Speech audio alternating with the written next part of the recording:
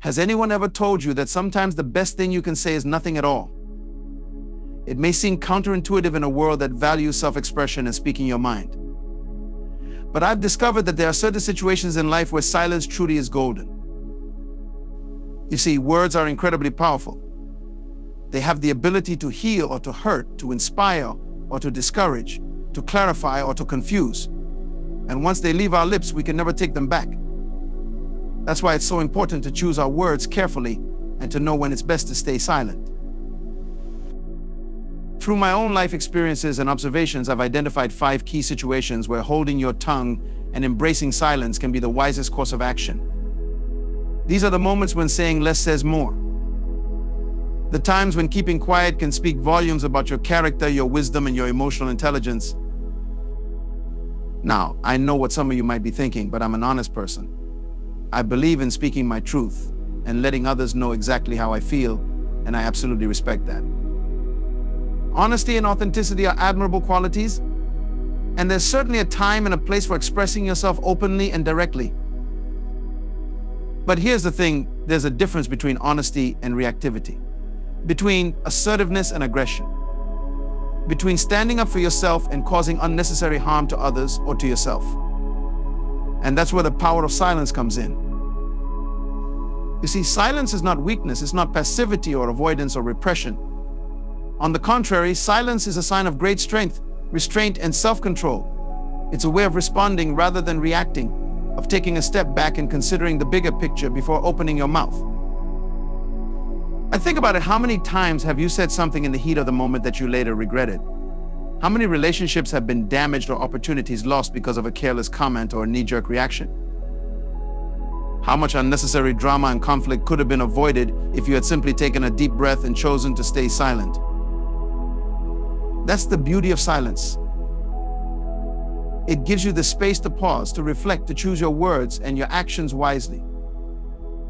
It allows you to communicate not just with your voice, but with your presence, your body language, your energy.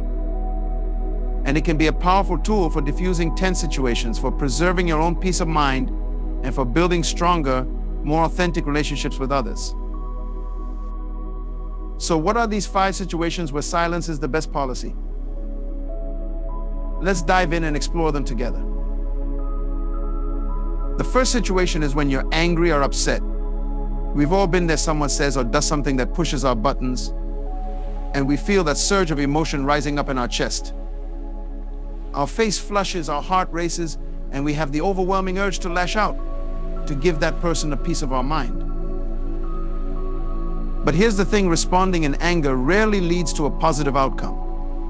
When we're in the grip of strong emotions, our judgment is clouded, and we're more likely to say things we don't mean or to escalate the situation unnecessarily. We may feel a momentary sense of satisfaction from unleashing our fury, but in the long run, it often does more harm than good. That's why when you feel yourself getting angry or upset, the best thing you can do is to take a step back and stay silent. Give yourself some time and space to calm down, to process your emotions, and to gain some perspective on the situation.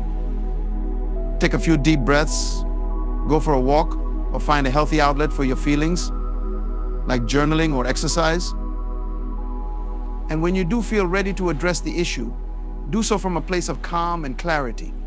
Choose your words carefully and focus on expressing yourself assertively but respectfully. Remember, the goal is not to win an argument or to prove a point, but to communicate effectively and to find a resolution that works for everyone involved. The second situation where silence is golden is when you're tempted to gossip or speak badly about someone. Let's face it, we've all engaged in a little bit of gossip from time to time. It can be tempting to bond with others over shared grievances or to feel a sense of superiority by putting someone else down. But gossip is a dangerous game.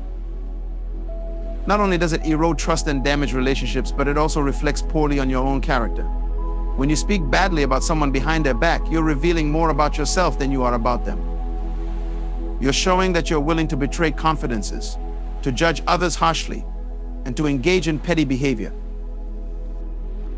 So the next time you're tempted to join in on a gossip session or to make a snide comment about someone, pause and ask yourself, is this really necessary? Is it kind? Is it constructive? If the answer is no, then it's best to keep your mouth shut and to find a more positive topic of conversation. Remember, you have the power to set the tone for your interactions with others. By choosing to stay silent when tempted to gossip, you're sending a clear message that you value integrity, loyalty, and respect. You're showing that you're someone who can be trusted, who rises above pettiness, and who treats others with kindness and compassion. The third situation where silence is the way to go is when you're in the presence of someone who is grieving or going through a difficult time. When someone we care about is suffering, our first instinct is often to try to fix the problem or to offer words of comfort and advice. We want to say something, anything to ease their pain and to make them feel better. But sometimes the most powerful thing we can do is simply to be present and to listen. To sit with someone in their grief or their struggle without judgment or expectation. To offer a listening ear, a shoulder to cry on, or a hand to hold. You see, when someone is going through a tough time, they don't always need us to have all the answers or to solve their problems for them. They may just need to feel heard, understood, and supported. They may need the space to process their emotions and to find their own way forward. And that's where the power of silence comes in. By staying quiet and allowing someone to share their feelings without interruption or unsolicited advice, we're giving them a precious gift. We're showing them that we respect their journey, that we trust in their resilience, and that we're here for them no matter what. So the next time you're with someone who is grieving or going through a challenging time, resist the urge to fill the silence with platitudes or suggestions. Instead, simply be present. Listen with an open heart and an open mind. Let them know that you're there for them, that you care about them, and that you're willing to sit with them in the discomfort and the pain. Remember, sometimes the most powerful thing we can say is nothing at all. Sometimes our silent presence and our loving attention are all that's needed to help someone heal and to find their way back to wholeness. The fourth situation where silence is the best approach is when you're in a heated argument or a contentious debate. We've all been in those situations where emotions are running high, where opinions are clashing, and where everyone is talking over each other, trying to make their point heard. It can be tempting to jump into the fray, to raise your voice, and to try to dominate the conversation. After all, you have important things to say, and you want to make sure that your perspective is being considered. But here's the thing, when everyone is talking, no one is listening. And when no one is listening, no real communication or understanding can take place. All that happens is that everyone gets more entrenched in their own positions, more defensive and more reactive, and the chances of finding common ground or reaching a resolution diminish. That's why in a heated argument or debate, sometimes the wisest thing you can do is to stay silent and to listen. To really hear what the other person is saying, without interrupting or mentally formulating your rebuttal. To try to understand their perspective, even if you don't agree with it. By staying quiet and listening actively, you're creating the space for genuine dialogue and exchange of ideas. You're showing that you're open to learning, to considering other viewpoints, and to finding a way forward that works for everyone involved. And when you do speak, do so calmly, clearly, and respectfully. Focus on expressing your own thoughts and feelings rather than attacking or blaming others. Use I statements like I feel or I think rather than use statements which can come across as accusatory or judgmental. Remember, the goal of any healthy argument or debate is not to win, but to understand and to find a resolution that everyone can live with. And sometimes the key to achieving that goal is to embrace the power of silence, to listen deeply, and to communicate with care and compassion. The fifth and final situation where silence is the best policy is when you're in doubt or unsure of what to say. We've all had those moments where we're put on the spot, where someone asks us a question or makes a comment that catches us off guard. Our mind goes blank, and we feel pressured to say something, anything, to fill the awkward silence. But here's the thing, there's no shame in admitting that you don't have all the answers or that you need some time to think before responding. In fact, it's a sign of great wisdom and self-awareness to be able to say, I don't know, or I need to give that some more thought before I can give you a full answer. You see, we live in a culture that values quick thinking, decisive action, and the ability to always have something to say. But sometimes the most intelligent and thoughtful response is to stay silent, to take a step back, and to give yourself the time and space you need to process information and to formulate a considered opinion.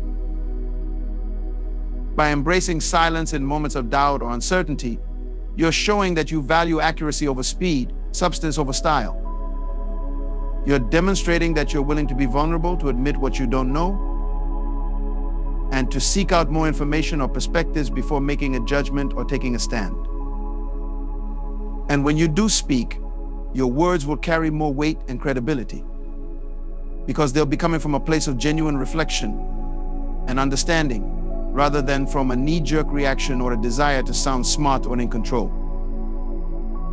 So the next time you find yourself in a situation where you're not sure what to say, take a deep breath and give yourself permission to be silent. To take a moment to gather your thoughts, to ask clarifying questions, or to simply say, I need some time to think about that before I can give you a full response. Remember, silence is not a weakness or a failing. It's a sign of strength, of self-awareness, and of a commitment to speaking and acting with integrity and authenticity. As we come to the end of our exploration of the 5 situations where silence is the best approach, I want to leave you with a few final thoughts and reflections. First, I want to acknowledge that staying silent in these situations is not always easy. It can feel uncomfortable, vulnerable, or even scary to hold your tongue when every fiber of your being is urging you to speak up or to react. It takes practice, patience, and a willingness to sit with discomfort in order to cultivate the habit of thoughtful, intentional communication. But I promise you, the rewards of embracing silence in these moments are well worth the effort. By choosing to stay quiet when you're angry, when you're tempted to gossip, when you're in the presence of grief, when you're in a heated argument, or when you're in doubt, you're not only improving your relationships and your communication skills, but you're also growing as a person. You're developing greater self-awareness, emotional intelligence, and the ability to respond rather than react. You're learning to trust in the power of your own presence and your own listening skills, rather than always needing to have the right words or the perfect solution. And most importantly, you're cultivating a deeper sense of peace, both within yourself and in your interactions with others. You're creating the space for genuine connection, understanding, and growth, and you're inviting more love, compassion, and wisdom into your life and into the world around you. So my invitation to you today is to start small, to notice the moments in your own life where you might benefit from staying silent, and to experiment with holding your tongue and listening deeply. To be patient with yourself as you learn and grow, and to celebrate the progress you make along the way. Remember, silence is not about repressing your feelings or your opinions. It's about choosing to express them in a way that is thoughtful, intentional, and in service of the highest good for yourself and for others.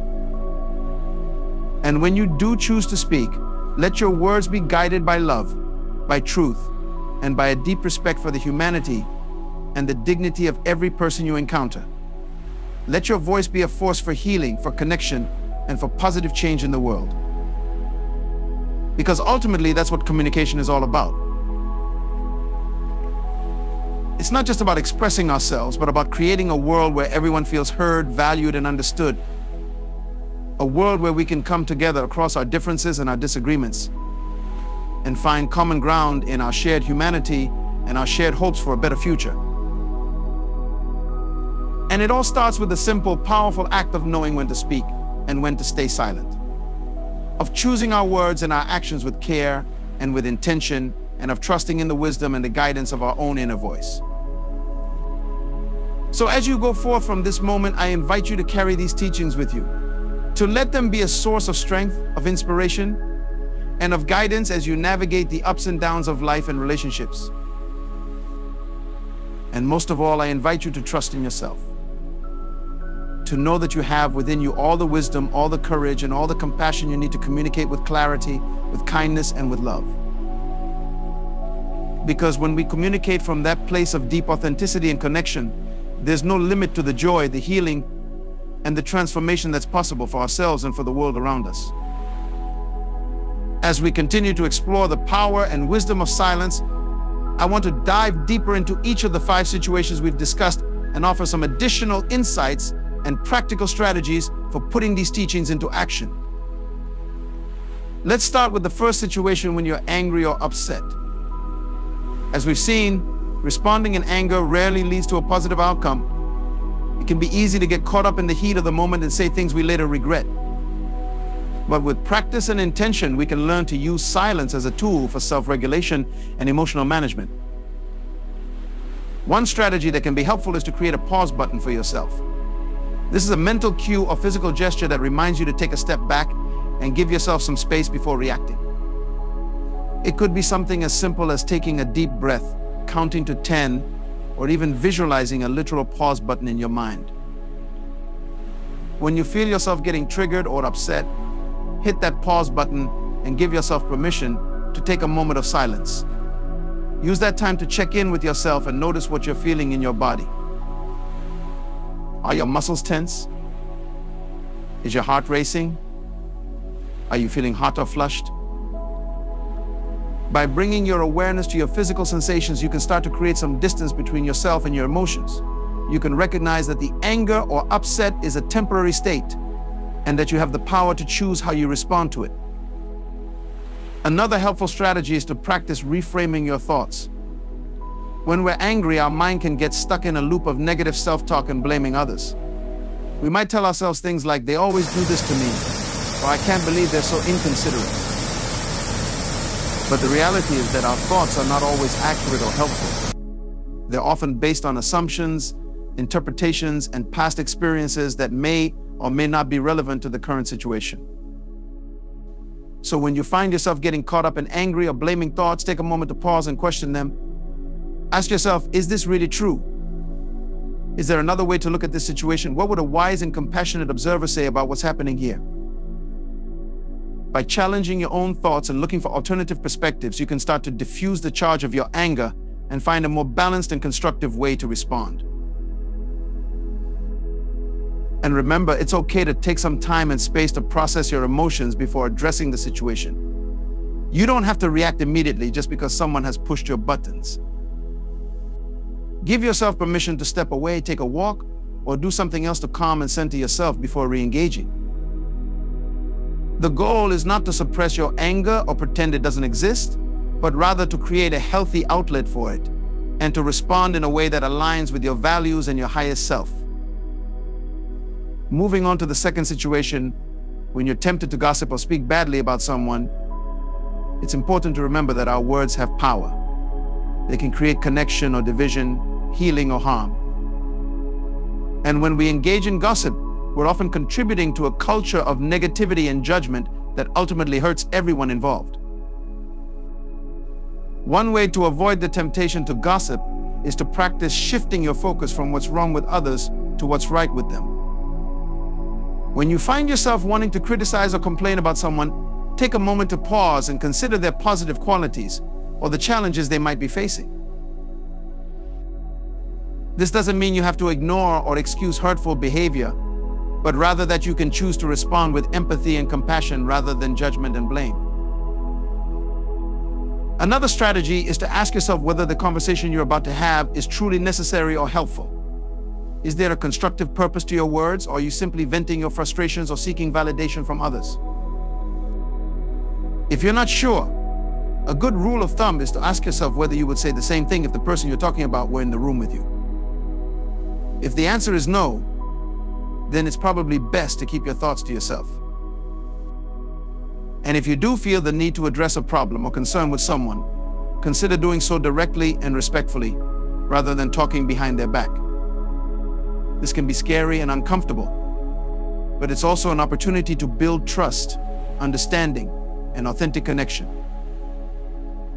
When it comes to the third situation, being in the presence of someone who is grieving or going through a difficult time, it's important to remember that sometimes the most supportive thing we can do is simply to be present and to listen.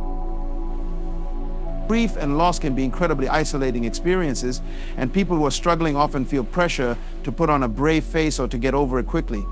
But the reality is that healing takes time, and there's no one right way to move through the process. As a supportive presence, Your role is not to fix or advise, but rather to create a safe and non-judgmental space for the person to express their feelings and to be witnessed in their pain. This can be challenging, especially if you're someone who likes to take action or solve problems. But sometimes the most helpful thing you can do is to resist the urge to fill the silence with platitudes or suggestions, and instead to simply sit with the person in their discomfort. You might say something like, "I'm so sorry you're going through this. I can't imagine how painful it must be. I'm here to listen if you want to talk, or to just sit with you if you prefer. Whatever you need, I'm here." And then allow the silence to be there. Allow the person to take the lead in the conversation, or to simply be quiet if that's what they need. Trust that your presence and your willingness to be with them in their pain is a powerful gift in itself. Of course, it's also important to take care of yourself in these situations. Witnessing someone else's grief can be emotionally taxing, and it's okay to set boundaries and to practice self-care as needed. But by showing up with an open heart and a willingness to listen, you can create a profound sense of connection and support that can help the person feel less alone in their struggle. Moving on to the fourth situation, when you're in a heated argument or debate, it's important to remember that the goal is not to win, but to understand and to find a way forward that works for everyone involved. When emotions are running high and opinions are clashing, it can be tempting to dig in our heels and to try to prove our point at all costs. But this approach rarely leads to a productive or satisfying outcome. Instead, try to approach the conversation with a spirit of curiosity and openness. Ask questions to better understand the other person's perspective and listen actively to their responses without interrupting or mentally formulating your rebuttal. You might say something like, "I hear what you're saying, and I want to make sure I understand. Can you tell me more about why this is important to you?" Or, "I appreciate you sharing your perspective. It's different from mine, but I'm open to learning more. What experiences or beliefs have shaped your view on this?" By showing genuine interest and respect for the other person's point of view, you create a space for dialogue and exchange of ideas rather than a battle of wills. And when it's your turn to speak, focus on expressing your own thoughts and feelings clearly and calmly rather than attacking or blaming the other person. Use I statements to take ownership of your own experience and avoid use statements that can come across as accusatory or judgmental. For example, instead of saying, "You always do this, you're so stubborn and unreasonable," try saying, "I feel frustrated when we have conversations like this. I'm having a hard time understanding your perspective, and I'm worried that we're not making progress towards a solution." By expressing yourself in a way that is honest but also respectful and non-defensive, you create an opening for the other person to do the same. And remember, it's okay to take a break if the conversation is getting too heated or unproductive. You might say something like, "I'm feeling pretty overwhelmed right now, and I don't think I'm communicating as clearly as I'd like to. Can we take a few minutes to cool down and regroup? And then come back to this with fresh eyes." By giving yourself and the other person some space to process and recharge, you create the conditions for a more thoughtful and constructive dialogue when you return. Finally, when it comes to the fifth situation, being in doubt or unsure of what to say, it's important to remember that silence can be a powerful tool for reflection and discernment. In a culture that values quick thinking and decisive action, it can be tempting to feel like we always need to have an answer or an opinion at the ready. But the reality is that some questions or issues are complex and multifaceted, and rushing to judgment can often do more harm than good. When you find yourself in a situation where you're not sure what to say, or where you feel like you need more information or perspective before weighing in, give yourself permission to take a step back and to be silent for a moment. You might say something like, "That's a great question, and to be honest, I don't have a clear answer right now. I need some time to think it through and to gather more information before I can give you a thoughtful response. Can I get back to you on this in a day or two?" By being honest about your uncertainty and your need for more time, you show respect for the complexity of the issue and for the importance of speaking with integrity and care. And in the meantime, use the silence as an opportunity for reflection and discernment. Consider seeking out diverse perspectives and sources of information, and sit with the question or issue in a spirit of openness and curiosity.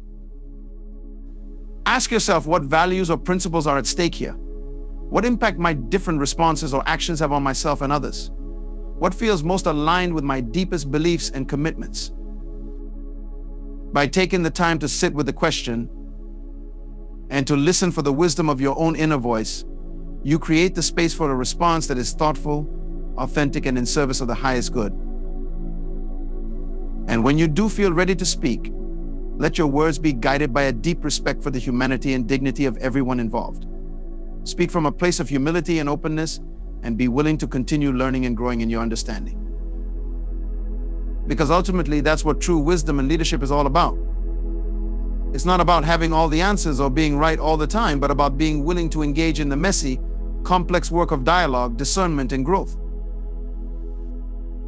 And it all starts with the simple, powerful act of knowing when to speak and when to stay silent, of trusting in the wisdom of our own inner voice, and of using our words and our presence to create a world of greater understanding, compassion, and connection.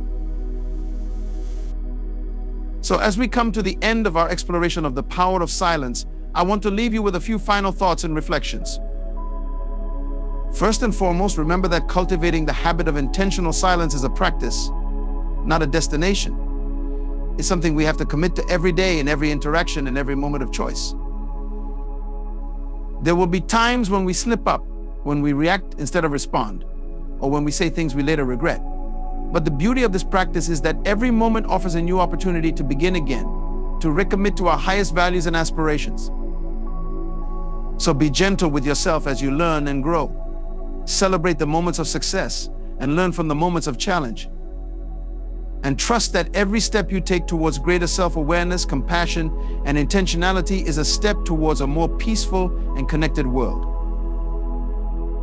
Secondly, remember that the power of silence is not just about what we say or don't say, but about the quality of presence we bring to every interaction. When we're truly present with ourselves and others, when we're listening deeply and responding with care and intention, we create a space of profound connection and healing. We communicate not just with our words, but with our energy, our body language, and our full attention. We create a felt sense of safety, respect, and trust that allows for authentic sharing and growth. So as you go forth from this moment, I invite you to bring your full presence to every conversation and every encounter. To listen not just with your ears, but with your whole being. To speak not just with your words, but with your heart and your highest intentions. And finally, remember that the power of silence is ultimately about creating a world of greater peace, understanding, and love. When we choose to be silent in moments of anger or judgment, we create space for empathy and compassion to arise. When we listen deeply to those who are grieving or in pain, we offer a healing balm of presence and care. When we approach difficult conversations with curiosity and respect, we build bridges of understanding and cooperation.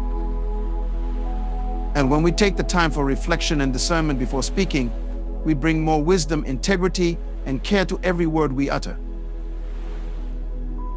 These are the building blocks of a more just, compassionate, and sustainable world. And they start with each one of us in every moment of every day. So let us go forth from this place with renewed commitment to the practice of intentional silence and to the cultivation of a more loving and peaceful world. Let us trust in the wisdom of our own inner voice and in the power of our presence to heal and transform. And let us remember that every word we speak, every action we take, and every moment of silence we choose ripples out into the world in ways we may never fully know. May we use our words and our silence to create a world of greater understanding, compassion, and love. May we be the change we wish to see, and may we always strive to communicate with wisdom, care, and respect. Thank you for being here, for listening with an open heart and mind, and for your willingness to embrace the power of silence in service of a more beautiful world. I believe in you. I'm grateful for you. And I'm excited to see how you'll use these teachings to create more peace, more connection, and more love in your own life and in the lives of those around you. So go forth with courage, with compassion, and with the quiet confidence that comes from knowing that your presence and your words have the power to change lives and to change the world. May you always find the wisdom to know when to speak and when to stay silent, and may you use that wisdom to create a life and a world of profound beauty, meaning, and love.